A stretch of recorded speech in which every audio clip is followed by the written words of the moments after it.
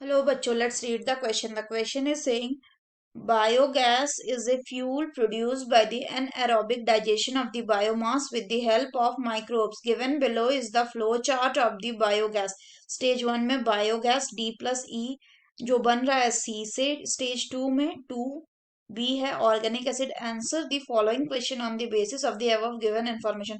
Which one of the following are the monomer? A में C, B में D, C में A and D में B. तो आइए देखते हैं हम इसका की कंसेप्ट. तो अगर हम बात करें इसके की कंसेप्ट की, तो इसका की कंसेप्ट हो जाएगा बायोगैस फॉर्मेशन. Biogas formation. तो अगर हम बायोगैस फॉर्मेशन की बात करें तो सबसे पहले हमें ये जानना होगा कि जो बायोगैस होता है ये एक मिथेन रिच फ्यूल है. इसमें क्या प्रेजेंट होते हैं मेनली? इसमें मेनली प्रेजेंट होता है मिथेन प्लस CO2, जिसमें जो मिथेन होता है इसका परसेंटेज जनरली होता है 50 to 70%, वाइल जो CO2 होता है ये होता है अराउंड 30 to 40%. अब अगर हम इसके फॉर्मेशन की बात करें तो सबसे पहले क्या होता है कि हमारे पास सब्सटेंसेस होते हैं जैसे कि proteins, fats, cellulose and hemicellulose जैसे सब्सटेंसेस होते हैं. फिर इन सब्सटेंसेस पे कौन काम करता है? इन सब्सटेंसेस पे काम करता है डिकम्पोजर माइक्रोब्स. और ये क्या कर देते हैं? ये इन सब्सटेंस को तोड़ देते हैं इनटू दी सॉल्यूबल कंपाउंड्स, या इसको क्या कहेंगे? या इसको कहेंगे मोनोमर्स में तोड़ देते हैं. अगर हम फर्दर बात करें तो ये जो सॉल्यूबल कंपाउंड है इसके बाद इस पे कौन काम करता है? इस पे काम करता है फर्मेंटेटिव माइक्रोब्स.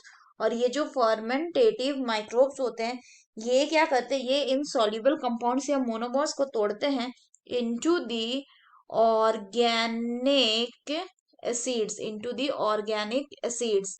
और ये जो ऑर्गेनिक एसिड्स होते हैं इन पे कौन काम करता है? अगर बात करें तो इन पे काम करते हैं मिथेनोजेनिक बैक्टीरिया. और ये मिथेनोजेनिक बैक्टीरिया इन पे काम करके इन ऑर्गेनिक एसिड्स को किस में कन्वर्ट कर देते हैं? ये इनको कन्वर्ट कर देते हैं इनटू दी बायोगैस मतलब मिथेन CH4 प्लस CO2. तो ये क्या प्रोसेस हो गया? यही प्रोसेस हो गया बायोगैस के फॉर्मेशन का. अब अगर हम बात करें तो हमसे पूछा गया कि इसमें से मोनोमर्स कौन है. यानी कि अगर हम मोनोमर्स की बात करें तो मोनोमर्स कहाँ पे बन रहा है? मोनोमर्स बन रहा है सॉल्यूबल कंपाउंड से मोनोमर्स बन रहा है.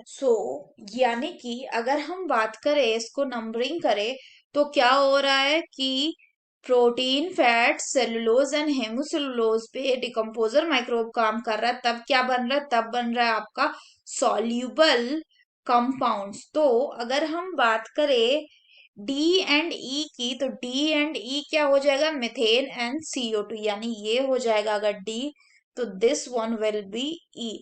तो अगर हम बात करें कि डी ई किससे बन रहा है? वो बन रहा है आपका ऑर्गेनिक एसिड से. यानी कि ऑर्गेनिक एसिड पे कौन काम कर रहा है? ऑर्गेनिक एसिड पे काम कर रहा है मिथेनोजेनिक बैक्टीरिया.